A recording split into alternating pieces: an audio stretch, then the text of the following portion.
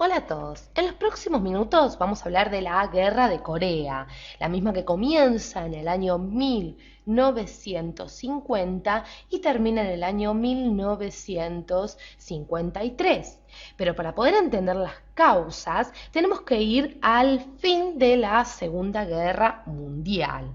Porque después de que Japón fue derrotado en la misma, el norte de la península coreana va a ser ocupado por los rusos, por la Unión Soviética, y el sur, esta parte, va a ser ocupado por los americanos, es decir, por Estados Unidos, estableciéndose la división a partir del paralelo 38, como estamos viendo aquí. Esta división ocurrió precisamente en el año 1945, ¿sí? Marquemos que en ese año fue la división. Y el estallido de la Guerra Fría, es decir, ese gran enfrentamiento que hubo en el siglo XX entre el comunismo y el capitalismo, entre la Unión Soviética y Estados Unidos, dividió entonces a Corea en dos porciones. Una Corea del Norte, que a partir de 1948 fue reconocida como una república popular, vamos a ponerlo así, mejor dicho, una dictadura de corte comunista que tenía al mando al señor Kim Il-sung. Y por el lado de Corea del Sur, les cuento que Corea del Sur estaba organizado bajo una dictadura más pro-occidental, por decirlo de alguna manera.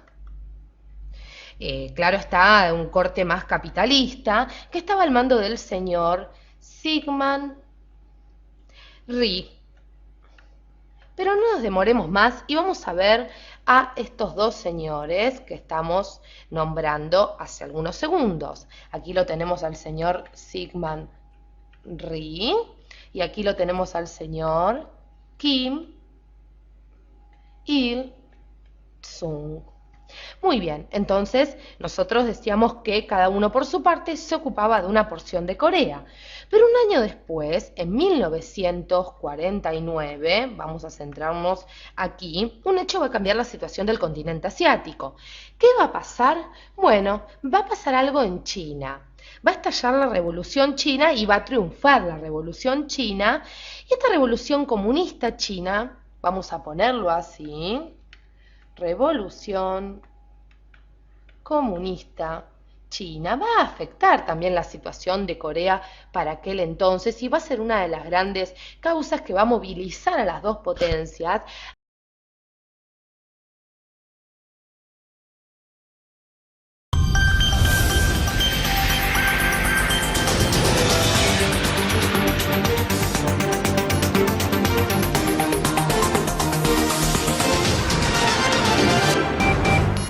El bloque de Berlín de 1948 había supuesto la ruptura de los aliados y el inicio de la Guerra Fría. Un año más tarde, el triunfo de las tropas de Mao Zedong en la Guerra Civil China. Además, Estados Unidos empezó a temer que se produjera una revolución del comunismo. En este ambiente estalló la Guerra de Corea, que duró de 1950 a 1953.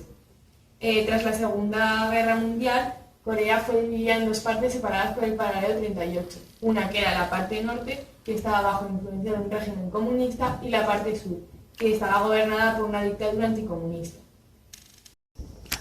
La coalición de las Naciones Unidas, liderada por Estados Unidos, apoyó la reconquista de Corea del Sur y una parte de Corea del Norte. Entonces China anunció su apoyo a Corea del Sur. Además, el general estadounidense MacArthur planteó enviar la bomba atómica para disuadir a Mao. Finalmente, en 1953 se firmó la tregua. En ella se mantenía la división de Corea en dos fronteras semejantes.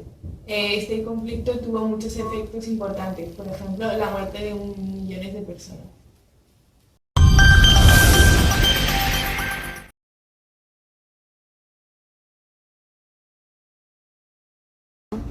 Washington acaba de pedir la convocatoria para el Consejo de Seguridad de la ONU y ha conseguido un mandato para ponerse al frente de un ejército y luchar contra el ejército norcoreano. Con la ausencia del delegado soviético, ha rechazado asistir a las reuniones de dicho Consejo y como consecuencia negativa, Norteamérica ha aceptado a la China popular en él y ha propiciado esta resolución. Las tropas multinacionales de la ONU, con el general MacArthur al frente, han conseguido recuperar casi la mayor parte de sus territorios. Muchas gracias. Estas son las últimas noticias que nos han llegado. Seguimos en conexión.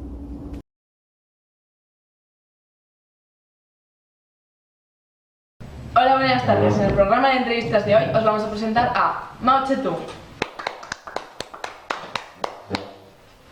Buenas tardes. Bueno, Mao, eres el fundador de la República Popular de China y siguió un modelo soviético para la instauración de la República Socialista en su país. Ahora está introduciendo nuevos cambios que van a beneficiar bastante a China y tiene una gran influencia porque China apoyó a Corea en la guerra de Corea que más tarde introdujeron. Bueno, ¿en qué época naciste?